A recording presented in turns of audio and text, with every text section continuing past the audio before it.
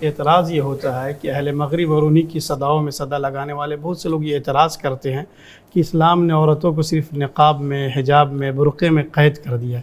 تو اس بارے میں آپ کیا ہم سمجھتے ہیں یہ غلط فہمی ہے۔ دیکھیں دنیا میں جو چیز جتنی قیمتی ہوتی ہے جی اس کی اتنی ہی حفاظت زیادہ کی جاتی ہے۔ جی جی آلو، ٹماٹر، پیاز ہے، اس کو کوئی لاک میں نہیں رکھتا، جی لیکن اگر وہی آپ کے پاس سونا ہو، جی جواہر ہو، تو وہاں لاک بھی ہوتے ہیں، کیمرے بھی لگے ہوتے ہیں، گارڈ بھی کھڑے ہوتے ہیں، کیونکہ شریعت میں عورت بہت قیمتی چیز ہے، جی اس لیے شریعت اس کی حفاظت کرتی ہے، جی اور یہ کوئی حفاظت میں جبر نہیں کرتی، قیمتی ہونے کی وجہ سے خیال کرتے ہیں۔ جی پھر ہمارے یہاں شوہر کی غیرت کا معاملہ ہوتا ہے، تو یہ میری عزت ہے، اس تک کسی کی نگاہ نہ جائے، یہ میرے لیے ہے، کسی اور کے لیے نہ ہو، خالصتاً یہ ہو، تو اس میں جبر نہیں ہے۔ ہم سمجھتے ہیں کہ عورت کے قیمتی ہونے کی وجہ سے عورت کی حفاظت کی جاتی ہے۔ جی، اور بہت سارے لوگوں کا اعتراض یہ بھی رہتا ہے کہ اسلام میں عورتوں کو آزادی نہیں، جاب نہیں کر سکتی، سفر نہیں کر سکتی۔ تو ایسی بات ہم سمجھتے ہیں کہ یہ شریعت کو نہ سمجھنے کی وجہ سے پروپیگنڈا ہے۔ جی جی نہ شریعت عورت کی تعلیم سے روکتی ہے، جی مطلب ہمارے پروگرام کا وقت کم ہوتا ہے، میں اس پر بہت سارے واقعات پیش کرتا۔ جی جی رسول اکرم صلی اللہ علیہ وسلم کی بیوی ام المومنین حضرت عائشہ رضی اللہ تعالیٰ عنہ، جی ابو موسیٰ اشعری فرماتے ہیں جب بھی ہمیں کسی مسئلے پر اشکال آتا ہم حضرت عائشہ کے دروازے پر دستک دیتے، ہمیں وہاں سے حل ملتا۔ تو شریعت نے عورت کا علمی مقام تسلیم کیا ہے۔ جی حلب میں ایک بہت بڑے فقیہ ہیں اور علامہ کاسانی، بڑے معروف ہیں، تو ایک عورت ہے، خاتون ہے، اس کا نام ہے فاطمہ فقیہ، جی یعنی اتنی پڑھی لکھی عورت تھی کہ بادشاہ وقت نے اپنے بیٹے کے لیے رشتہ مانگا جی لیکن ان کے باپ نے نہیں دیا، اور اس خاتون نے کہا کہ علماء سے کہو کہ کوئی کتابیں لکھی، جس کی مجھے کتاب پسند آئے گی نا ابو جی میرا نے کہا ان سے کرو۔ علامہ کاسانی نے بتایا اس صنائع کتاب لکھی ہے، پسند آئی، جی تو فاطمہ فقیہ کا نکاح اس سے ہوا۔ حلب شہر میں جب فتویٰ ہوتا تھا تو اس میں فاطمہ فقیہ، علامہ کاسانی اور فقیہ کے والد تین کے دستخط ہوتے تو فتویٰ مسلم ہوتا تھا۔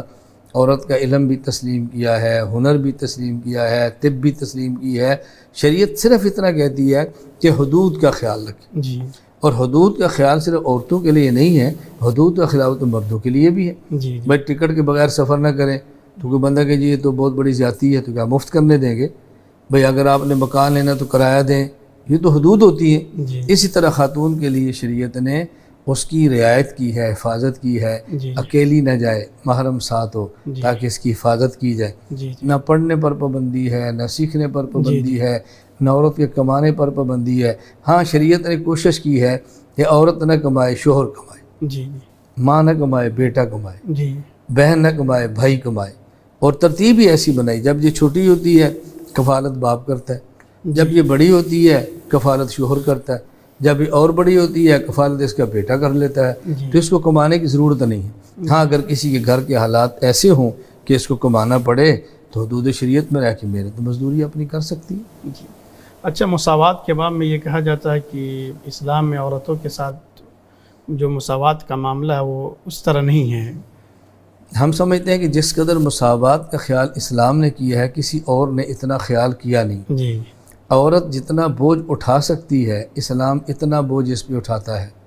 اعصابی اعتبار سے عورت کمزور ہے، جی بدن کے اعتبار سے عورت کمزور ہے، چونکہ صنف نازک ہے اس پر بوجھ کم رکھا ہے۔ جی مرد کے اعصاب اور طاقت زیادہ ہے تو مرد کے اوپر شریعت نے بوجھ زیادہ رکھا ہے۔ باقی مساوات ہمیں سمجھائی جائے وہ کون سی ایسی چیز ہے کہ جس میں مساوات نہیں ہے۔ میں نے عرض کیا جب یہ بیٹی ہے تو باپ کے ذمہ ہے، جب یہ بڑی بیوی ہے تو شوہر کے ذمہ ہے، اس کے بعد جب یہ ماں بنتی ہے تو بیٹے کے ذمہ ہے۔ جی اب دیکھو شریعت نے کتنا خیال کیا صحیح کہ اس کے اوپر کمانے کا بوجھ بھی نہیں رکھا، جی اس کے اوپر باہر جانے کا بوجھ بھی نہیں رکھا۔ شریعت نے تو اس کو اتنی رعایت دی ہے، اتنا خیال کیا ہے کہ باقی جگہوں پر اس کا اتنا خیال بھی نہیں کیا جاتا۔ جی بالکل صحیح۔